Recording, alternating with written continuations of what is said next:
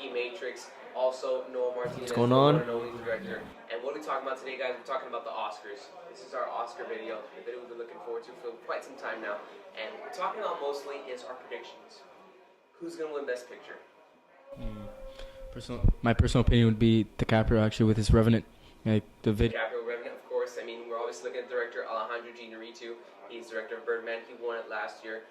5 Oscars last year, 11 nominations this year. Noah, just not talking Oscars here, what was your favorite movie of 2015 from a director's standpoint? It had to have been Star Wars.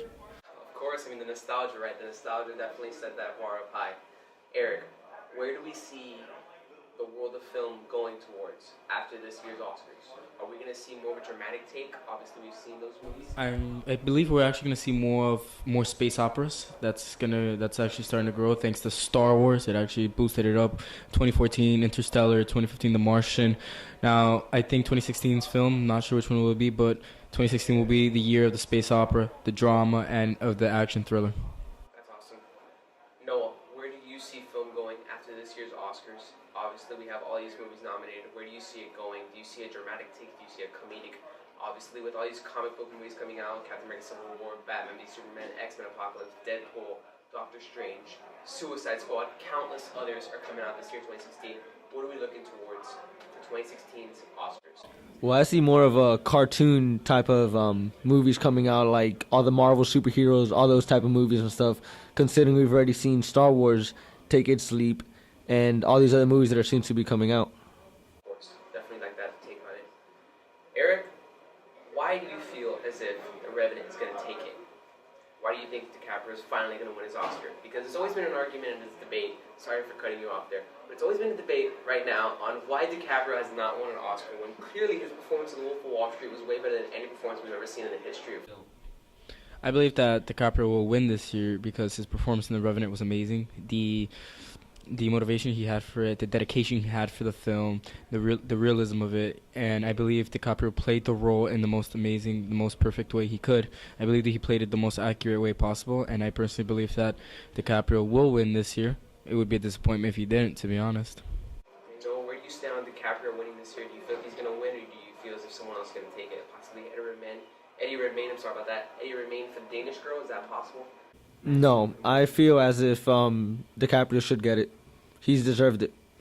His whole life. Everything.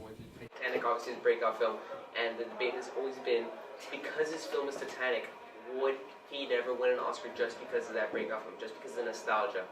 That's always been a topic we've had, and honestly, I think it's time DiCaprio takes his Oscar. Revenant was amazing, we all know that. We can all agree to that, correct? Yes. Okay. Obviously, and I say this saying obviously because it's sarcasm, but let's be realistic now. This year's line of movies weren't exactly the most entertaining. Okay, they weren't exactly what we call entertaining. We don't see Star Wars nominated for anything relevant. Okay, we don't have any big movies that we call blockbusters. You know, Fast and the Furious, none of those kind of like action-packed films that we see more common here in Miami. For example, we're going to bring on one of our set designers, Ernestine Duarte. Ernestine Duarte, just from the back over there, can you just say real quick, what was your top film of 2015? Go ahead, just tell us what your top film was. I would say The Fast and the Furious. The Fast and the Furious. Okay, so obviously we're seeing from a Miami outtake, Fast and the Furious is the general population's favorite movie of 2015, when I can disagree and say it was Star Wars. Oh, and I also loved The Perfect Guy.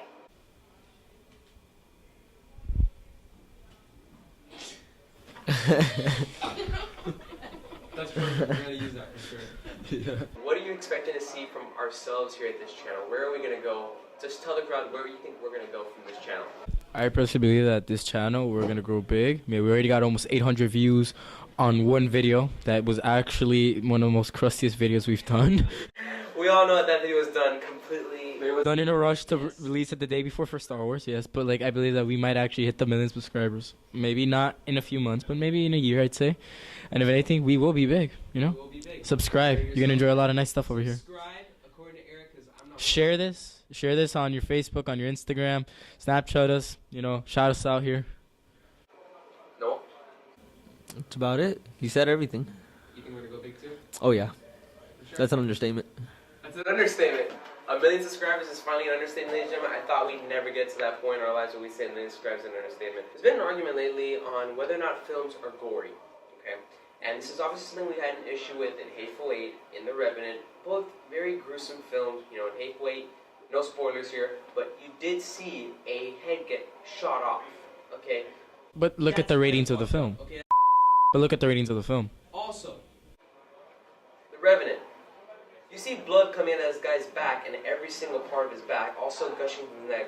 That's also I mean, let's be realistic. It is.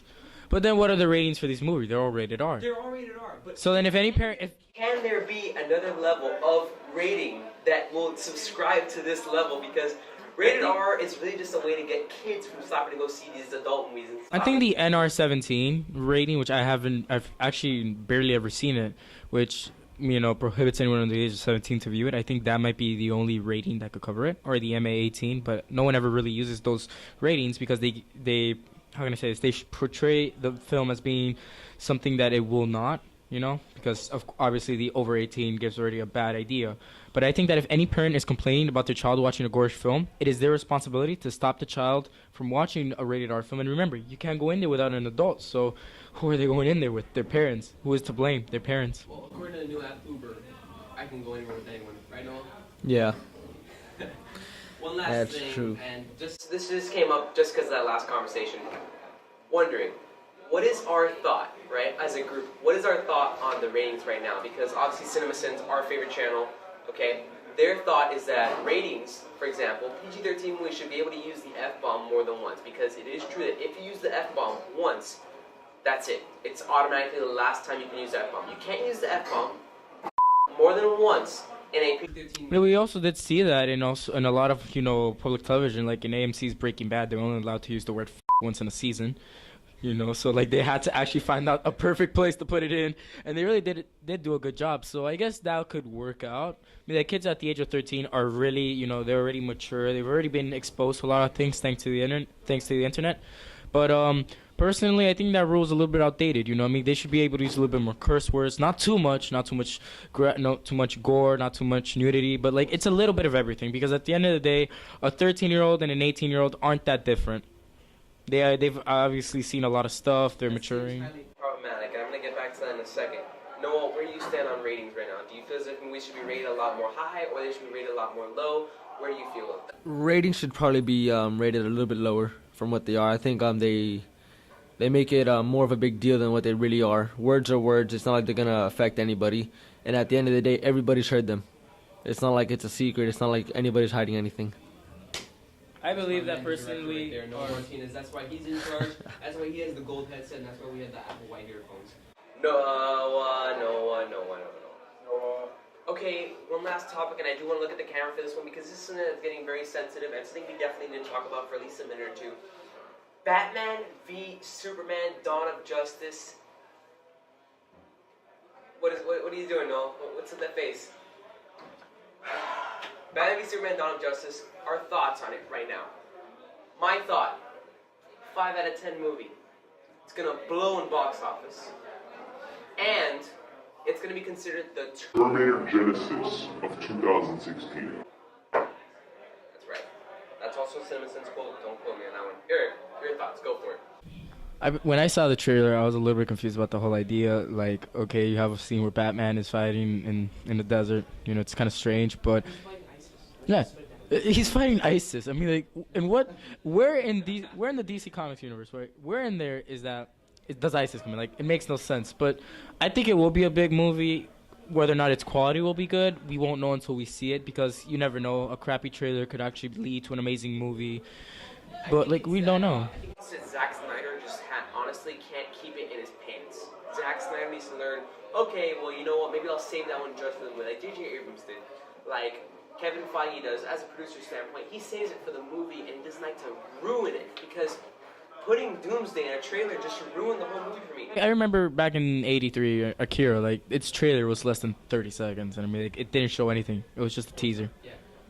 Noah, where do you stand on Batman v Superman? Where do you think it's going? Where do you think it's been? And where do you think it will be? Well, considering I've been watching Superman and Batman ever since I was little, and watching them evolve has been crazy. So now in 2016, more technology, more everything, it's probably going to be better than all of them. It will be better than all of them. Eric, I think we should slap him, but he's our director, so I don't want to, but I really am tempted to do that. We actually could. And we could just say we slipped and fell and our hand magically fell on his face. It could work. We could have had a muscle spasm. We could have had a muscle We could have like had a muscle spasm, you know, like We may or may not have had we both may have before. slipped and fallen on his face, and our hand might have had a muscle spasm on his cheek. That may or may not have happened. May or may Anyways, not we're gonna have leave you guys right. Right there, this has been Enzo Armella, aka Enzo Armella, aka Han Solo, featuring. Erick Velasquez, or Rick Matrix Films, as I'm known. And Noah. And he's just Noah. He's just He Noah. doesn't have a nickname, he's just Noah. That's Noah Martinez, Enzo Armella, Erick Velasquez. Also, Anastine all the way in the back in set designing. Thank you so much for giving us that suggestion. Really do appreciate that. This has been all of us here with Sporting Cinema. Also, Chris on the camera. Do appreciate that, Chris. All set, good to go. I saw a blessing, I didn't